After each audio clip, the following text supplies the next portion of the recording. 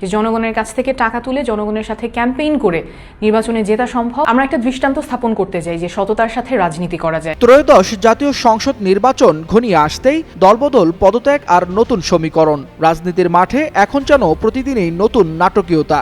এর মধ্যেই আলোচনার কেন্দ্রবিন্দু জাতীয় নাগরিক পার্টি এনসিপির সিনিয়র যুগ্ম সদস্য সচিব তাসনিম জারার আকস্মিক পদত্যাগ। বিগত এক বছর ধরে ঢাকার ৯ আসনকে ঘিরে নানা স্বপ্ন, পরিকল্পনা আর প্রস্তুতি সবকিছু নিয়েই এগুচ্ছিলেন তাসনিম জারা। স্বতঃস্ফূর্ত প্রচার, কর্মীদের নিয়ে সভা সমাবেশ সব মিলিয়ে তিনি ছিলেন এনসিপির অন্যতম মুখ। কিন্তু হঠাৎই শনিবার সন্ধ্যায় নিজের ভেরিফাইড ফেসবুক পেজে পোস্ট দিয়ে দল ছাড়ার ঘোষণা দেন তিনি।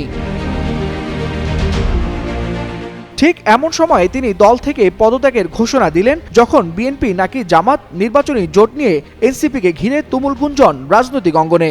দলটির নেতারা ছুটেছেন বিভিন্ন দলে কাঙ্ক্ষিত আসন পেতে। এর মধ্যেই শোনা যায় বিএনপি থেকে তেমন সাড়া না পেয়ে এনসিপি হয়তো শেষ পর্যন্ত জামাতের সঙ্গে জোটে যেতে পারে। আর সেখান থেকেই শুরু হয় দ্বিমত, অস্বস্তি এবং শেষ পর্যন্ত তাসনিম জারার পদত্যাগের ঘোষণা। পদত্যাগের পর দলটির গ্রুপে সহযোদ্ধাদের উদ্দেশ্যে তিনি লিখেন, দল থেকে পদত্যাগ করেছি। গত ১.৫ বছরে আপনাদের থেকে অনেক কিছু শিখেছি। আপনাদের জন্য শুভকামনা। একই সঙ্গে তিনি ইঙ্গিত দেন ঢাকা ৯ আসন থেকে স্বতন্ত্র প্রার্থী হিসেবে লড়াইয়ে নামার।